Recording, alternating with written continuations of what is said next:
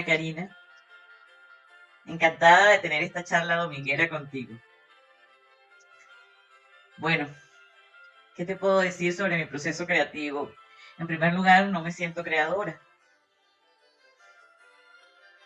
Siempre he tenido claro que sí, efectivamente hay una creación,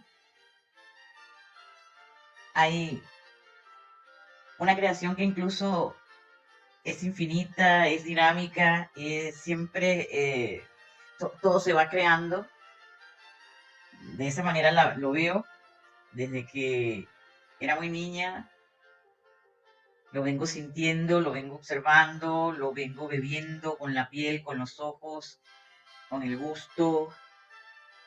Me imagino que a todo el mundo le pasa igual, descubrir el mundo, descubrir lo que nos rodea, descubrir incluso lo que se mueve dentro de nosotros.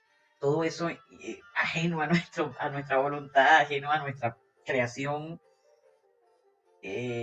No puedo hablar de creación por parte de, de mi propia voluntad. Siento que nuestra participación, o por lo menos mi participación en el hecho creativo, ese que se va moviendo constantemente, que está alrededor de nosotros, que estuvo antes de nosotros y que seguirá estando eternamente después que nosotros, al menos como nombre y apellido, hayamos desaparecido. Esa participación nuestra no pasa de ser una co-creación que se da en la medida en que el ser humano, como explorador de lo creado, va descubriendo hasta dónde alcanza la creación, incluso sin fin, ¿no? O sea, el que descubre el átomo y más tarde descubre el electrón y más tarde descubre los pines atómicos, es imposible que certifique que ese es el final de todo. Entonces, bueno, me imagino que así como lo tiene claro la ciencia, lo tenga claro cualquier pensador sobre el tema, ¿no? Si llegamos hasta ese punto microscópico, eh, de ninguna manera podemos hablar de que ya llegamos al fin, al, al término. De la misma manera, viendo el cosmos, observándolo cada vez con tecnología más avanzada, llegar cada vez más lejos, a nadie se le ocurriría pensar que, bueno, aquí está, llegamos al fin, ¿no? Vimos por completo lo creado. Descubrimos el fin de la creación, ¿no? No, de ninguna manera. Entonces, el proceso creativo es co-creativo, según mi opinión. Es co-creativo porque vamos descubriendo en la medida en que somos curiosos, en la medida en que somos exploradores. Como diría Juan Matus, a la respuesta a la pregunta de Carlos Castañeda cuando le preguntó, maestro, ¿qué opina de César Vallejo y de este poema de César Vallejo que lo ha conmovido tanto? ¿Le parece que sea un buen poeta? Entonces, don Juan le responde, no sé si será un buen poeta, porque ni siquiera sé qué es eso, son códigos que no manejo. Lo que sí tengo claro es que esto que estoy leyendo de esta persona me muestra que estoy tratando con un explorador de vanguardia, que es lo que son los brujos. O sea que este señor que escribió esto seguramente podría pertenecer a mi mundo. Exploradores de vanguardia son todos aquellos que se aventuran, van descubriendo la creación y en la medida en que se asombran de todo lo que descubren, se apasionan y no dejan de insistir en explorar más. Entonces, bueno, son los que van abriendo el camino para que el resto se entere de qué es lo que hay frente a nosotros, de qué es lo que hay alrededor de nosotros, de qué es lo que hay dentro de nosotros. Sí, de que ya llegamos al fin, al, al término. De la misma manera, viendo el cosmos, observándolo cada vez con tecnología más avanzada, y llegar cada vez más lejos, a nadie se le ocurriría pensar que, bueno, aquí está, llegamos al fin, ¿no? Vimos por completo lo creado. Descubrimos el fin de la creación, ¿no? No, no, de ninguna manera. Entonces, el proceso creativo es co-creativo, según mi opinión. Es co-creativo porque vamos descubriendo en la medida en que somos curiosos, en la medida en que somos exploradores. Como diría Juan Matus, a, a la respuesta a la pregunta de Carlos Castañeda cuando le preguntó, maestro, ¿qué opina de César Vallejo y de este poema de César Vallejo que lo ha conmovido tanto? ¿Le parece que sea un buen poeta? Entonces, don Juan le responde, no sé si será un buen poeta, porque ni siquiera sé qué es eso, es un código que no manejo.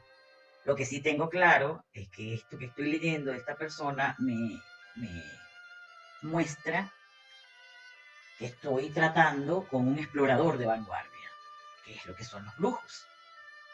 O sea que este señor que escribió esto seguramente podría pertenecer a mi mundo. Exploradores de vanguardia son todos aquellos que se aventuran, van descubriendo la creación y en la medida en que se asombran de todo lo que descubren, se apasionan y no dejan de insistir en explorar más. Entonces, bueno, son los que van abriendo el camino para que el resto se entere de qué es lo que hay frente a nosotros, de qué es lo que hay alrededor de nosotros, de qué es lo que hay dentro de nosotros.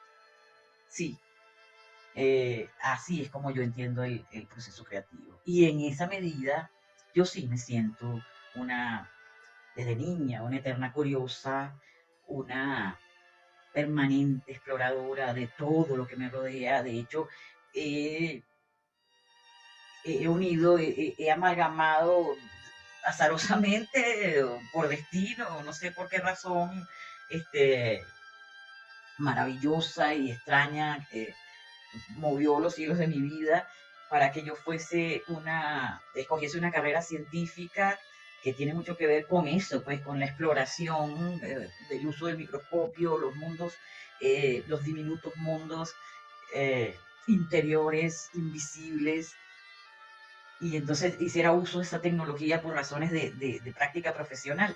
Y al mismo tiempo soy una eterna apasionada investigadora del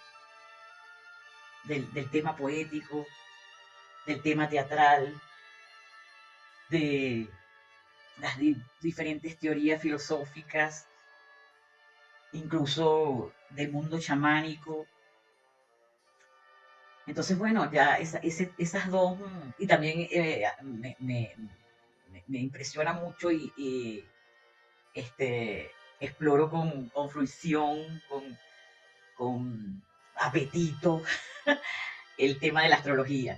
Entonces, en mi visión, esas, todos esos mundos se amalgaman. Entonces, este, eso es para mí lo más creativo que puede ser la participación del observador humano en el tema de la creación propiamente dicha, es ser vehículo, ser curioso, explorar hasta el fin, hasta donde se pueda, con la máxima pasión, justamente para enseñarle a otros o para enseñarse a sí mismo. Que de alguna manera enseñándose a sí mismo, mostrándose a sí mismo todo lo descubierto, los otros se dan cuenta, los otros lo descubren, los otros lo ingresan en su, en su ADN, en su comprensión del mundo. ¿Desde cuándo escribo? ¿Y cuál fue el motivo? Yo escribo desde la adolescencia, empecé a escribir mis primeros poemas. Por cierto, con rima. Tendría como 13 años. Pero la motivación que motivó eso es más largo. Hay que hacer un poco de historia personal. Porque, bueno, yo te puedo decir que desde que yo tengo uso de razón y, y empecé a observar lo que me rodeaba, una de las cosas que más me llamaba la atención es que a todo el mundo, a toda la gente que me rodeaba, mi familia, vecinos, conocidos, siempre los veía con un objeto cuadrado en las manos y así viéndolo directamente y pasaban horas. Por ejemplo, mi papá, yo sé que yo podía ver hasta de madrugada cuando me paraba para el baño a hacer pipí, veía a mi papá con su lamparita de noche prendida, pegado de un objeto de esos. Entonces, bueno, eso me rodeó toda la vida, hasta mi abuela leía muchísimo. Y entonces, pero como niña, yo siempre me preguntaba, ¿pero qué será lo que hacen con ese objeto? ¿Qué tendrá que ver eso? Entonces un día, me le acerqué a mi papá, ya podía, ya estaba más grandecita y podía hablar, y le pregunté, ¿qué son estas cosas, papá? O sea, preguntándole por las letras del libro. ¿Qué ves tú ahí? Y él me dijo, esos son símbolos. Entonces yo le dije, ¿y qué haces tú con los símbolos? Me dijo, los leo. ¿Y qué es eso? Bueno, como cuando tu mamá te lee las historias, los cuentos en la noche cuando van a dormir, tú y tus hermanos.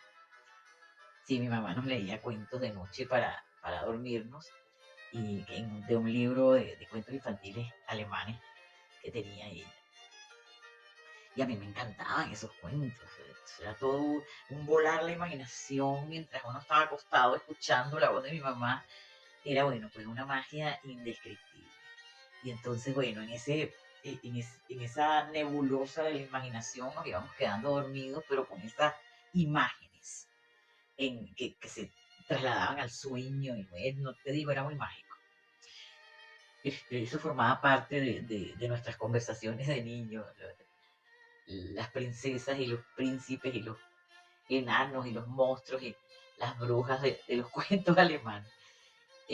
Bueno, ahí dije, ya, y yo quiero leer esas historias.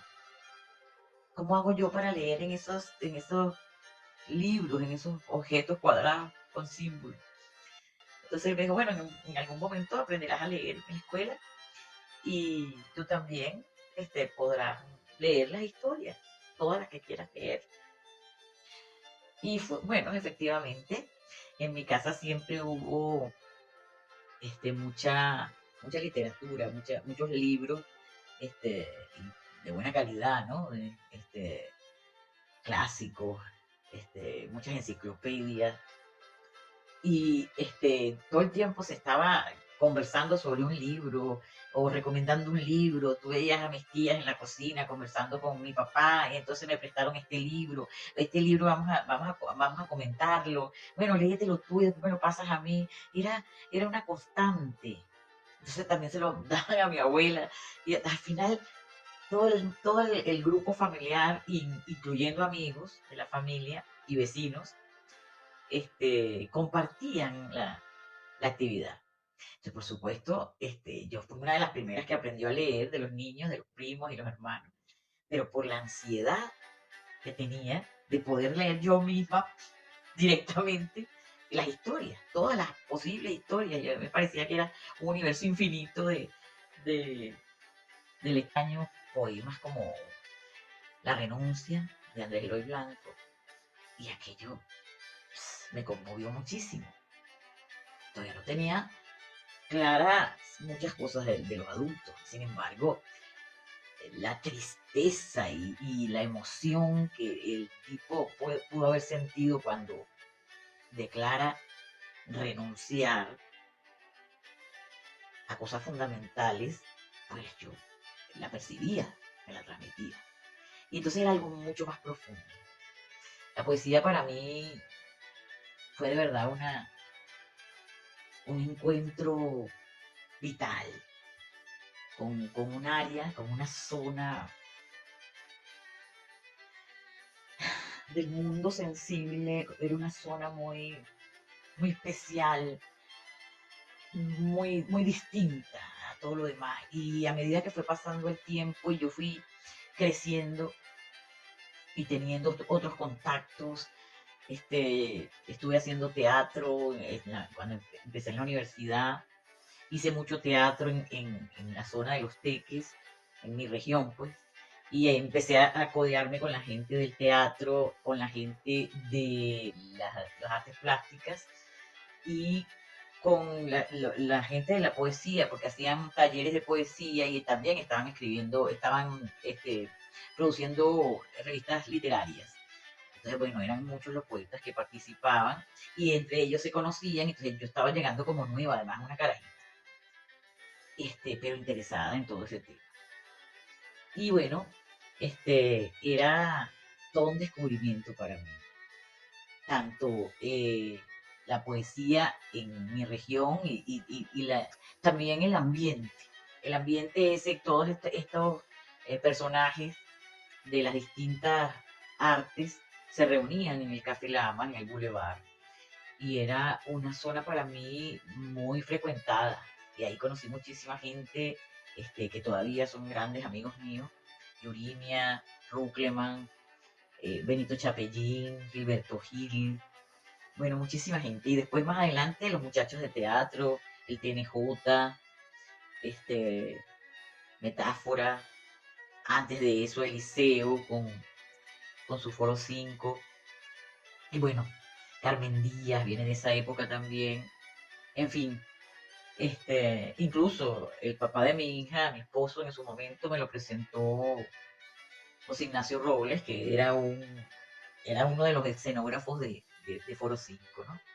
Muy amigo de todos allí, que además pintaba, ¿no? Era pintor, este, artista plástico. Entonces, rodearse de todo aquello fue muy enriquecedor, pero el, el tema de proyectarme a mí misma como escritora, bueno, se perfilaba, pero al mismo tiempo estaba estudiando una carrera científica. Decidí estudiar bioanálisis. Entonces, compartía las dos cosas. Y eso justamente era curioso, ¿no? Cómo se mezclaban esa amalgama del mundo científico, positivista, racional, y el mundo de las artes, intuitivo, mágico. Entonces era muy, muy curioso, ¿no? Estaba lleno de magia todo eso, por lo menos en mí, y lo disfrutaba. La gente le llamaba la atención y decía, bueno, pero ¿por qué tú no te dedicas a escribir? Y yo, no, o sea, si quiero intentarlo, quiero hacer algo, pero todavía no tenía muy claro qué era lo que quería hacer, si poesía o narrativa. Pero sí había algo en la poesía que me maravillaba. Pero la segunda pregunta que me hiciste tiene que ver con qué pienso yo de, de el crear. ¿Qué pienso yo de crear? Y bueno, eso te lo voy a contestar, pero relacionándolo con la poesía. Cari, en cuanto a la pregunta de qué es para mí crear, este, fíjate tú que para mí crear es lo que está creado. Para mí es claro que hay un creador, un ente creador de todo lo que vemos. Incluso nosotros somos esa creación. No me siento creadora, no creo que existan seres humanos creadores. Sé que somos co-creadores. Pero en cuanto a crear algo nuevo de la nada, no, no creo en eso. Siento que, que la creación está allí desde siempre para que cuando abramos los ojos a ella, eh, la descubramos, la exploremos. Y así ha sido mi proceso. Entonces te estoy contando que vengo de asombrarme con esa actitud de los que veía cerca de mí, la gente que amaba y que me amaban y que me cuidaban, eh, con objetos extraños, en una actitud muy de culto, pues con el objeto y no separarse del objeto, conversar sobre el objeto, lo que leían en el objeto. Y entonces, durante muchísimos años le rendí culto a la lectura, le rendí culto a los libros. Y sí, me sentía capaz de ser una creadora y admiraba a los autores muchísimo. eh, Sentía que en algún momento yo podía hacer una carrera, por supuesto aparte de la que estaba haciendo en biología, que también me apasionaba, pero sentía que podía hacer una carrera o en teatro o en literatura, de forma autodidacta. Y bueno, pasaron los años y seguí haciendo teatro y seguí este, garabateando mis cosas, escribiendo, hasta que en la carrera, al final de la carrera, uno de los requisitos era hacer una pasantía urbana en el Hospital Clínico Universitario, y la otra parte de la pasantía que estábamos obligados a hacer, tenía que ser una pasantía rural. Y a mí me designaron para Amazonas, para el territorio Amazonas. Entonces, bueno, yo te puedo decir que esa Candelaria que se fue para Amazonas se transformó, regresó completamente transformada. Yo tuve que hacer convivencia con una,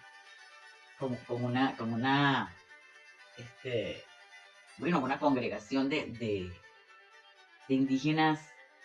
eh, Ellos eran yecuanas, me parece. Quedaba en San Fernando de Atabapo. Era muy, muy adentro en el Amazonas y estaban completamente aparte de la civilización, ¿no? Tal como se conoce de Puerto Ayacucho, de la parte, lo que llaman los grupos occidentalizados. Ellos no, ellos estaban muchísimo más apartados y afianzados con sus costumbres.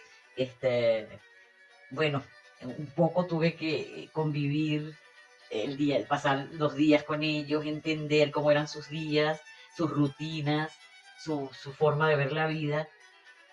Y eso me transformó, porque transformó mi forma de ver al ser humano y su proceso. Tú ahí no veías a ninguno de ellos leyendo. Y cosas tan asombrosas para mí. Actualmente me parecen de lo más natural. Pero cosas como, no, nosotros no tenemos, mire, ¿qué edad tiene usted para ponerlo aquí en el registro? El intérprete me decía, no, nosotros no tenemos número de edad. Este, Nosotros, bueno, somos, si es bebé, si es niño, si es hombre, ya, adolescente hombre iniciado, y se es hombre hasta que, claro, se entiende que hay hombres más ancianos y sabios que otros, pero no sabemos, pues, uno puede tener 60 y el otro puede tener 110 y no sabemos, que no tenemos número para la edad. No contaban eso. También era asombroso que no supieran nada de lo que significaba la medición geográfica, no sabían lo que era un mapa, no tenían idea, ellos simplemente tienen una relación con la Tierra tan distinta. Y eso implica también una relación con el universo. Y los seres humanos entre sí, su propia sociedad.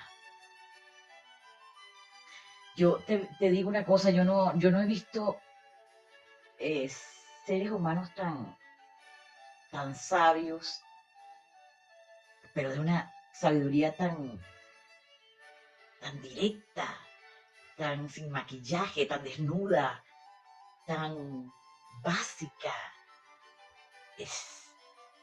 No había complicación de ningún tipo, es el aquí y ahora con la naturaleza. Entonces, eso fue una de las razones por las que en mi balance de vida que hago a mis años, yo dije, yo pienso que yo empecé a desmitificar al libro. El libro como objeto mágico, como Dios, como el todo prodigioso, toda la verdad. No, no, no, porque ya había pasado por experiencias suficientes con la edad que tenía para ese momento, como para saber que no todo aquel que escribe un libro es sabio y no todo libro te da acceso a la verdad directa, a la verdad sin maquillaje. Este, sabiéndolo, encontrarme con este tipo de sociedad que no tenían ningún contacto con libros, eh, saco mi conclusión y digo, claro, ellos beben del gran libro, del libro que tienen ahí, y eso implica también una relación con el universo y los seres humanos entre sí, su propia sociedad. Yo te digo una cosa, yo no he visto eh, seres humanos tan sabios, pero de una sabiduría tan directa, tan sin maquillaje, tan desnuda, tan básica. Es, no había complicación de ningún tipo, es el aquí y ahora con la naturaleza. Entonces, eso fue una de las razones por las que en mi balance de vida que hago a mis años, yo dije, yo pienso que yo empecé a desmitificar al libro. El libro como objeto mágico, como Dios, como el todo prodigioso, toda la verdad. No, no, no, porque ya había pasado por experiencias suficientes con la edad que tenía para ese momento, como para saber que no todo aquel que escribe un libro es sabio y no todo libro te da acceso a la verdad directa, a la verdad sin maquillaje. Este, sabiéndolo, encontrarme con este tipo de sociedad que no tenían ningún contacto con libros, eh, saco mi conclusión y digo, claro, ellos beben del gran libro, del libro que tienen ahí de páginas abiertas a diario. Ellos beben directamente de la selva, de la naturaleza. Su contacto absolutamente con el firmamento, con el clima, con la vegetación, con los animales, con los otros seres humanos, con la observación, su autoconocimiento, la observación de sus propias necesidades. Todo está resuelto, la relación directa con la tierra, y de forma tan hermosa, tan sabia, tan sana, que sí, eso fue un antes y un después para mí. Entonces la que regresó a la ciudad era muy distinta. Era una que no podía pensar de ninguna manera que, este, que el libro tenía toda la verdad, que la búsqueda de la verdad, y no de la verdad, sino de esa magia que tú vas buscando en la medida en que vas, después que naces, en la medida en que vas creciendo. Hay un hilito, hay algo que te ala, y generalmente es la pasión, ¿no? Tu pasión, sea cual sea tu pasión. Entonces, en mi caso, había pasado de las historias mágicas de mi mamá y las que estaban guardadas en los libros a lo que te digo después, esa relación tan distinta con la poesía, porque la poesía generaba en mí este, como esa mínima degustación del éxtasis, ¿no? Esa cosa tan conmovedora que te quita el aliento. Eso sentía yo cuando me tropezaba con un poema de estos clásicos arrebatadores. Y entonces ya la poesía se convirtió para mí dentro del camino humano, es una promesa. Y esa promesa yo la perseguía. Y la perseguía hasta ese momento en los libros, en la literatura. Y entonces, después de Amazonas, no. Después de Amazonas, bueno, mi punto de vista como espectadora de lo que me rodea cambió y yo a partir de ese momento soy la Candelaria que busca hasta hoy, hasta nuestros días, esa promesa definitiva que anuncia la poesía, la busco en todo el universo, todo lo que ofrezca el universo, todo lo que el universo tenga para ofrecer, todos los lenguajes. Bueno, mi relación con la poesía es distinta a cualquier otra cosa. Yo creo que muy especial. Me imagino que siendo la poesía un lenguaje tan único, tan revolucionario, tan sin estructura, sin fórmula, tan escurridizo, eh, no es algo de lo que podamos apropiarnos. Eh, no es definitivamente un tema fácil. Y bueno, por supuesto, de eso se trata, de que no sea fácil. Forma parte de su encanto. Siento que la poesía es tan especial y todo lo que significa su conmoción cuando un ser humano en su recorrido por la vida se, se llegue a encandilar con un momento poético, que no necesariamente tiene que ser un texto. Eso puede ser perfectamente un paisaje, puede ser un cuadro de Miró, por ejemplo, como me pasó a mí, o un cuadro de Reverón, o un aria de una cantata de Juan Sebastián Bach. Es una conmoción tan única, tan irrepetible, que no te sobrepones a ese encandilamiento más nunca, más nunca. Y entonces, si somos honestos, yo creo que porque sí se tiene que convertir en un objetivo humano, en un objetivo a perseguir, tal vez no alcanzar, porque tal vez siempre será inalcanzable como la zanahoria, ¿no? Para los conejos. Eh, realmente no tengo idea si, si sea importante alcanzarlo. A mí me parece que los momentos que nos ofrece el encuentro poético son suficientes, suficientes para sentirnos acompañados lo que dure este viaje. Entonces, ¿qué te puedo decir? ¿Cómo voy a ser yo una creadora poética? Es decir, no hay posibilidad. Yo soy una exploradora de momentos poéticos y tal vez es lo que más soy.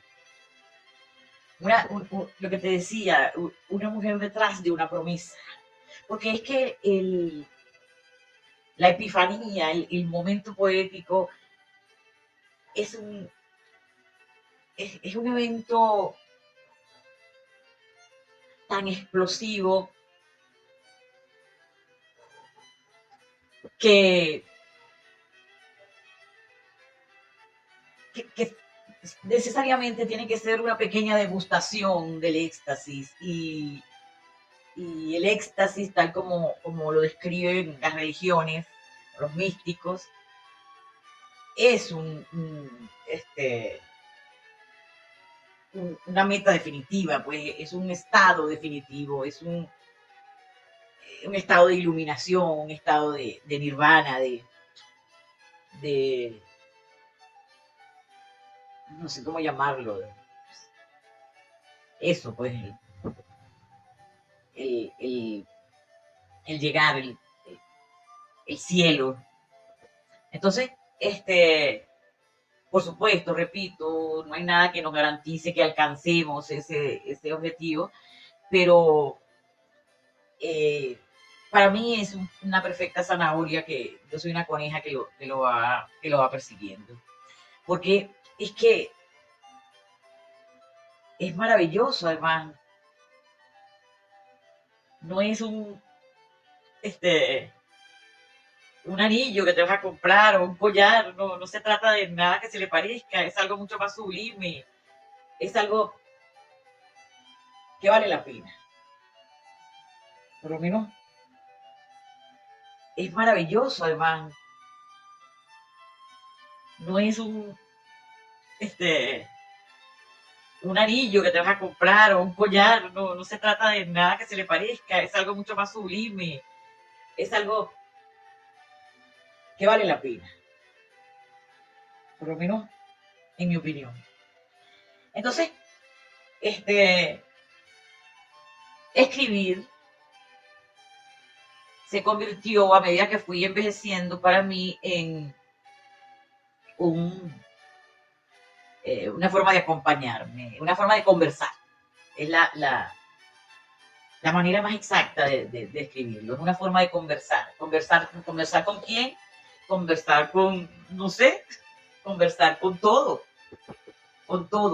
porque del todo puede aparecer cualquier lenguaje.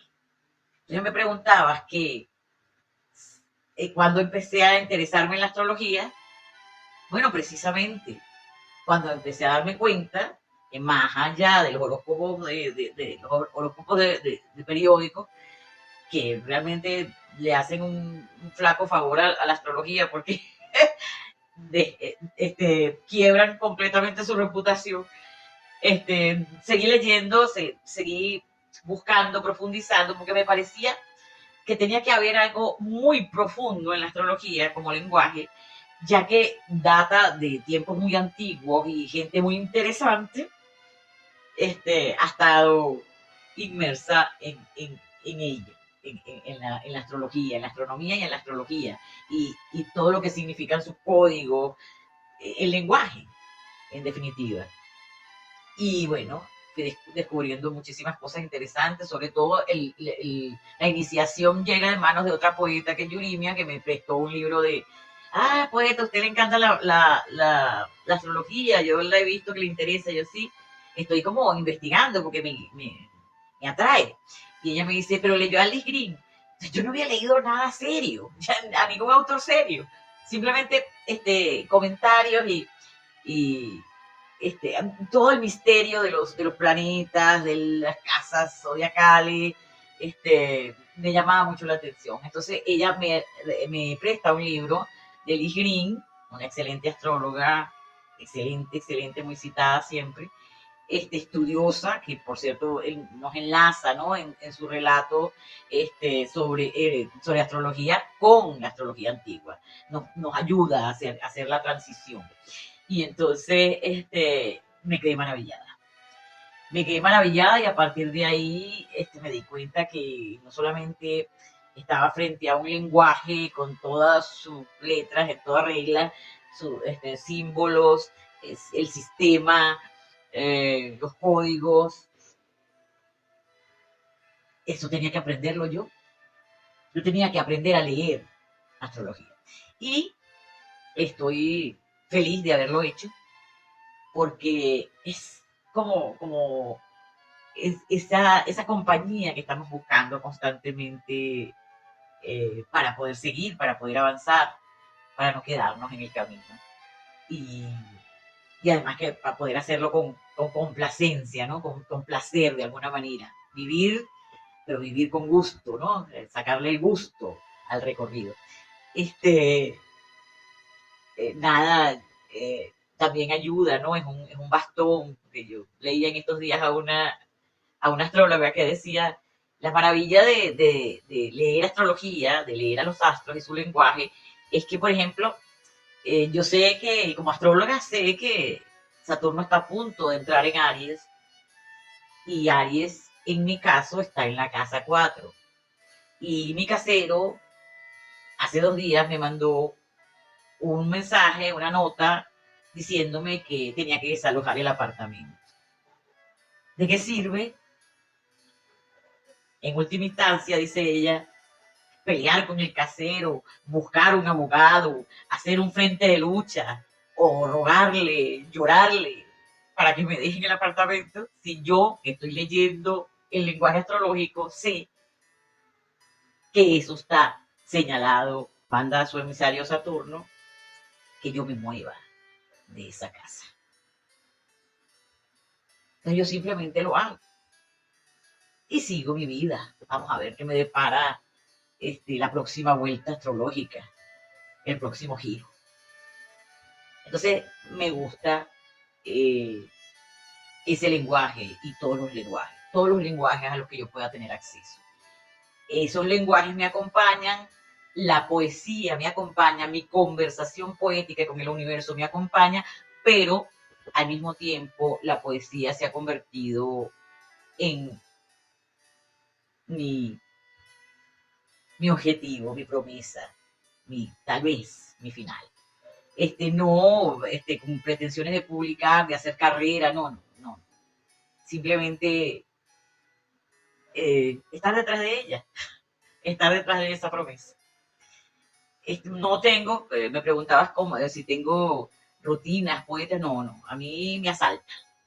¿Estás viendo? Voy entrando a un lugar, voy llegando a un paisaje, voy leyendo un libro, voy escuchando a una persona, voy conversando con un niño, me asalta. Me asalta el momento poético. Un cuadro, una frase musical, y a veces son muy intensos los eventos. Y bueno, agradecida. En general, me parece que la charla pudiera estar bien hasta aquí.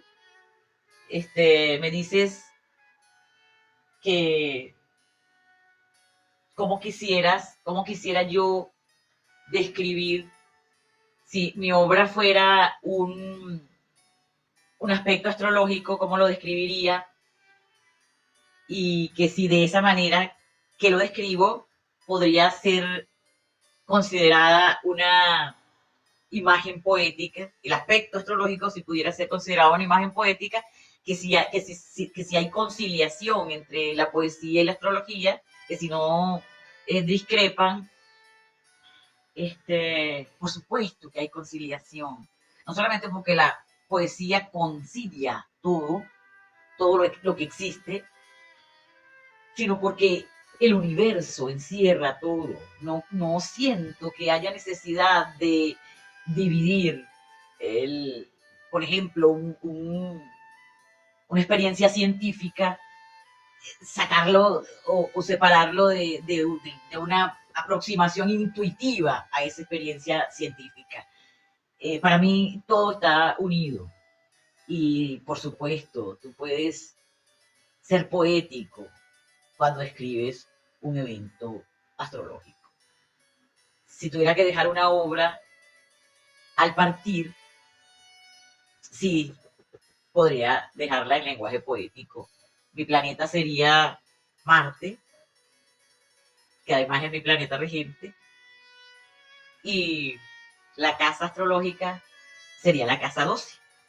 La casa 12 es la caja negra de esta nave zodiacal que llamamos el horóscopo. Y esa casa 12 encierra lo oscuro, lo desconocido, lo inalcanzable, pero al mismo tiempo es la promesa de la llegada, del regreso a la fuente, de el éxtasis final. No en balde es la casa de Piscis, que es la dilución total de los individuos, de la individualidad. Es la disolución de la dualidad, es el concepto del todo abarcante, sin separación, sin opuestos. Allí entraría ese Marte guerrero, loco como es,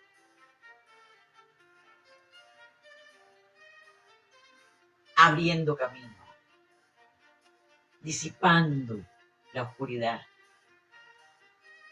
y abriéndole camino a todos los que queden atrás. Así sería.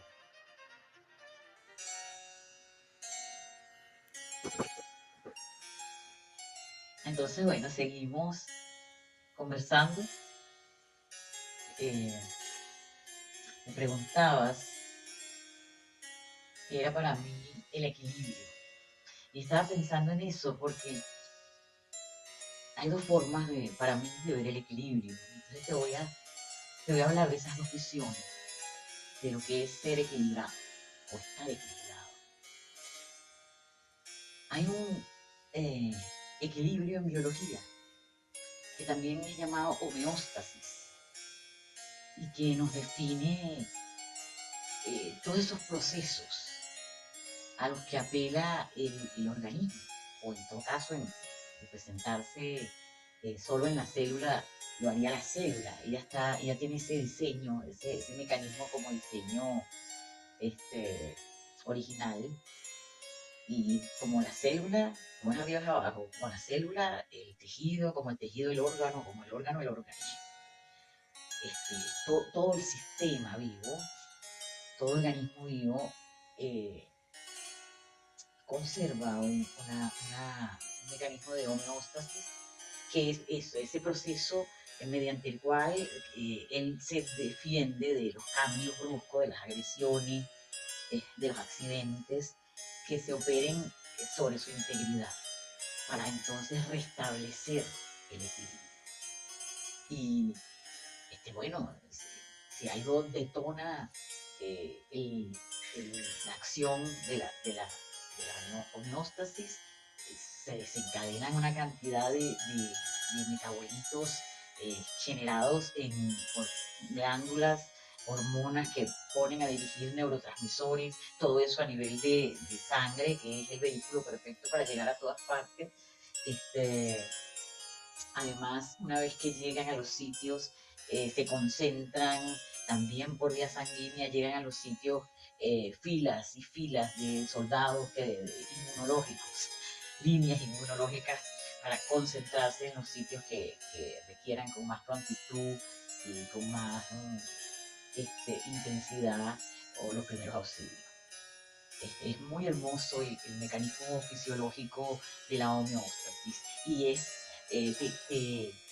te muestra para el que lo conoce y lo comprueba, porque se comprueba, por lo menos en las profesiones clínicas, profesiones que tienen que ver con medicina, como la mía, como odontología, como psicología incluso, porque ellos tratan también los fármacos, ¿no? Para modificar la acción de los neurotransmisores. Entonces ellos también tienen acceso a esos mecanismos de usar el cuerpo. Siempre se diseñan los fármacos observando cuál es la fisiología del cuerpo, cómo responde el cuerpo de forma natural, su diseño, que es además una ingeniería fantástica, la ingeniería celestial. Finalmente me quedó claro que, bueno, al principio leía, recién empezaba en la carrera leía, y como siempre hice libros sobre Gurdjieff, y sus enseñanzas. Y él sostenía siempre, insistía en eso, sostenía que el cuerpo humano no era otra cosa que una máquina. Y como tal se comportaba. Ya me molestaba muchísimo ese término y no lo aceptaba. Estaba leyendo y interiormente peleaba con el tipo. Pero después de profundizar en sus enseñanzas, tuve que terminar aceptando que realmente, además, si no me quedó claro con las enseñanzas de Gurdjieff, tuve posibilidad de comprobarlo a través de todo el ejercicio profesional. El ser humano es una máquina, pero es una máquina de un diseño asombroso, muy inteligente, una ingeniería muy inteligente. pero finalmente una máquina. Así hablamos de equilibrio cuando se trata de materia viva. Pasa igual en los animales, pasa igual en los vegetales, en la materia viva, ¿no? En la célula viva. Este, pero fíjate lo que ocurre desde la otra visión, que es para donde creo yo que mentales, psicosociales, emocionales. Vale. Bueno, con eso podríamos estar hablando horas y no tenemos tantas horas. Pero puedo alcanzar a decirte que de hecho somos realmente una humanidad desequilibrada, emocionalmente, psicosocialmente, mental. Y es increíble, pero incluso hay enfermedades en el cuerpo, que es la máquina, que es la que está bien diseñada, pero que se la causan esas enfermedades los desequilibrios psíquicos, los desequilibrios psicológicos, los desequilibrios emocionales. Terminan atacando la materia y terminan enfermando. Pasa muchísimo. De hecho, las causas psicosomáticas detrás de las enfermedades, hay autores que las colocan en el 90% de los casos. Es una cifra muy seria. Y bueno, tú sabes que es así, estás de acuerdo conmigo, porque realmente lo vemos, es realmente patético. Y es un gran contraste a la hora de hablar de equilibrio, porque como una sociedad tan desequilibrada puede seguir adelante. Por supuesto, vivimos acompañados de todo tipo de, incluso nosotros llevamos a cuestas todo tipo de formas de escape para poder salir de nuestro propio caos interior y para poder soportar el caos colectivo, porque el asunto no es solamente individual, no pasa nada más en el individuo, pasa en el colectivo. Somos generaciones y generaciones de culturas trastocadas, enfermas de guerra, enfermas de adicciones, enfermas de problemas de alimentación, unos por hambre, es increíble, y otros por exceso de calorías, otras por bulimia, otros por anorexia, otros por obesidad mórbida, en fin, drogadicción a montones. Todo eso nos acompaña, cariño. Ese gran desequilibrio. Y es el más abordado por los autores, sobre todo muchos autores desde el área científica, psiquiatras, psicólogos, incluso historiadores que son psiquiatras al mismo tiempo, que justamente combinan las dos fuentes de conocimiento para poder abordar el asunto, que no es, que no es un asunto pequeño. En fin, para mí la mejor manera lo que me ha quedado más claro con relación a ese tema del desequilibrio interior, del desequilibrio mental, emocional, psicosocial, bueno, han sido las charlas de Cristian después de Bourdieu y todo lo que me descolocó de lo que yo pensaba hasta ese momento de proceso humano, empecé a leer con mucha avidez a Krishnamurti. Él no escribió libros propiamente, pero todas sus charlas fueron recogidas. Y yo todo eso me lo leía, todo material que me caía en las manos lo leía, porque Krishnamurti es un orientador, en definitiva. Y además es que te está hablando de un tipo libre, pues, verdaderamente libre. Esa alma que alcanzó aquello que llaman la iluminación, la libertad frente al sufrimiento, que detuvo la rueda del sufrimiento de la que habla ahora. Y sin maquillaje, sin publicidad, sin nada de eso, o sea, una genuina, un genuino orientado. Bueno, entonces él a mí me indicó, todo el que lo leyendo, llenándonos de valor, entrando a ver de frente los monstruos, los fantasmas. Y entonces comprendemos. Una vez que los comprendemos, nos damos cuenta que son piles de papel.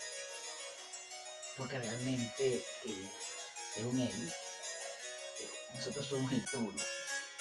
Dice que la clave de todos los problemas internos del ser humano es el sentimiento de separación. El sentimiento de separación con el resto. Y ese sentimiento de separación es el que nos llena de odio, envidia, celos y todas esas emociones acaban, realmente acaban con nuestra paz y nosotros. Y muchas veces hasta llevan a la persona al suicidio. Bueno, todo eso lo sabe. Ya para nadie es un secreto, para ningún sociólogo, por ejemplo, después de muchos estudios, para nadie es un secreto en sociología que el llamado estado de bienestar y el llamado progreso no es un verdadero estado de bienestar. Los países con gran progreso, y que ahorita lo vemos de forma flagrante, son los países con las tasas más altas de suicidio. En fin, entonces, nuestro camino tiene que ser el camino del autoconocimiento. Estoy completamente de acuerdo con Krishnamurti, pero como siempre te digo, esa es mi visión, ese es mi enfoque.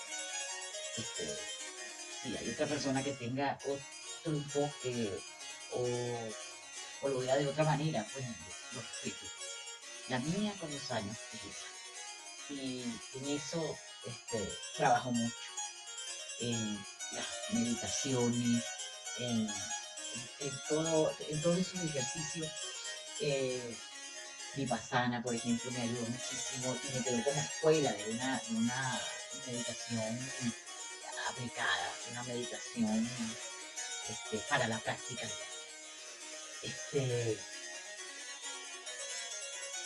Entrar al mundo de la mente propia, para de verdad descubrir de dónde parten tantas cosas a las que reaccionamos, a las que respondemos, muchas veces con dolor, con impaciencia, con desesperación, con tristeza, con odio. Bueno, en fin, en eso estamos. Y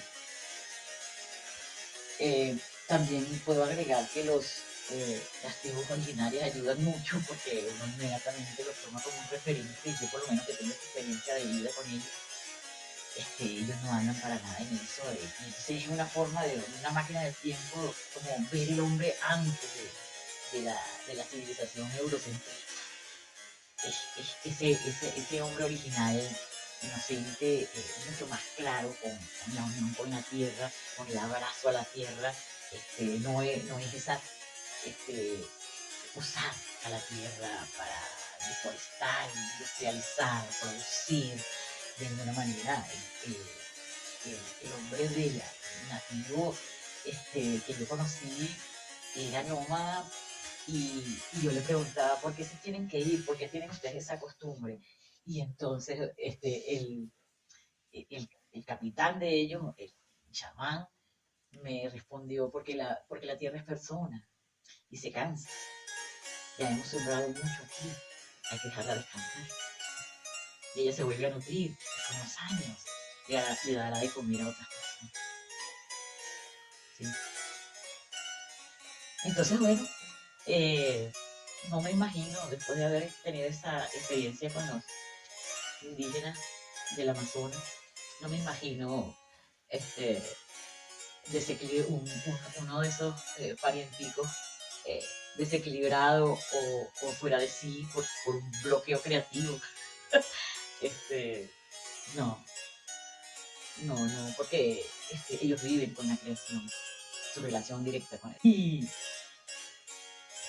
Y También puedo agregar que las tribus originales ayudan mucho porque uno inmediatamente los toma como un referente. Yo por lo menos que tengo experiencia de vida con ellos, ellos no andan para nada en eso. Y entonces es una forma de una máquina del tiempo, como ver el hombre antes de la civilización eurocentrista. Ese hombre original, inocente, mucho más claro con la unión con la tierra, con el abrazo a la tierra. No es esa, usar a la tierra para deforestar, industrializar, producir, de ninguna manera. El hombre nativo, que yo conocí era nómada, y yo le preguntaba, ¿por qué se tienen que ir? ¿Por qué tienen ustedes esa costumbre? Y entonces el capitán de ellos, el chamán, me respondió, porque la tierra es persona y se cansa. Ya hemos sembrado mucho aquí, hay que dejarla descansar. Y ella se vuelve a nutrir con los años y dará de comer a otras personas. ¿Sí? Entonces, bueno, no me imagino, después de haber tenido esa experiencia con los indígenas del Amazonas, no me imagino uno de esos parienticos desequilibrado o fuera de sí por un bloqueo creativo. Este, no, no, porque ellos viven con la creación, su relación directa es con la creación. Entonces, eso de trabajar de lo que creas es algo que yo no percibo. Yo prefiero sentirme abordada por lo creado, que la creación me aborda. Y vaya que me aborda, y vaya que aborda siempre, constantemente. Y en la selva muchísimo más. Constantemente hay una actividad que no te permite fantasear con el futuro, ni para bien ni para mal. Ni estar clavado en el pasado, ni para bien ni para mal. Tienes que estar en el presente. Es tu única manera de estar. Y esa manera de estar es equilibrada. Porque el presente es el único tiempo. Por eso ellos no tienen reloj, no tienen mapa, no tienen edad. En fin, son felices. Hoy yo los vi felices, muy felices. Ellos la infelicidad se la generan el desplazamiento que le va haciendo la ciudad, que cada vez se adentra más hacia sus territorios. Y bueno, que si le tengo miedo a la inteligencia artificial, que si la evito, por lo que pueda causar con el hecho creativo, o con la gente que hace poesía o hace arte, no, por supuesto que no. La inteligencia artificial es otra de las cosas que ha creado la mente del hombre y que no irá más allá. Todas las cosas que comprenden el arte verdadero y que llevan un código que se transmite hasta el fin de los tiempos. Nosotros conocemos muchos artistas de ese tipo y quedan como clásicos, pues. Ese tipo de creación, de co-creación, como la venimos llamando, esa que trabaja directamente con el creador, con lo creado, y que envía códigos a otras generaciones y que se eterniza en el tiempo. Ese tipo de obra es imposible que salga de la inteligencia artificial. Es imposible que salga de una mente robotizada. Eso lleva más ingredientes. Entonces, bueno, esperemos que la historia lo diga. Y bueno, nos volveremos a encontrar. Si te ha gustado este video, dale like, comparte, suscríbete y anótate en la campanita para más visionados de nuestros videos. De esta manera culmina nuestro video del día de hoy con Candelaria Herrera Narendolf, abrigados con imágenes de cristales de sal, de colonias de bacterias, de células de la piel, de hueso esponjoso, de células de tejido vegetal y la red cósmica de galaxias vistas a través del microscopio y relacionadas con la poesía como lenguaje y como forma de vida. Gracias y hasta la próxima.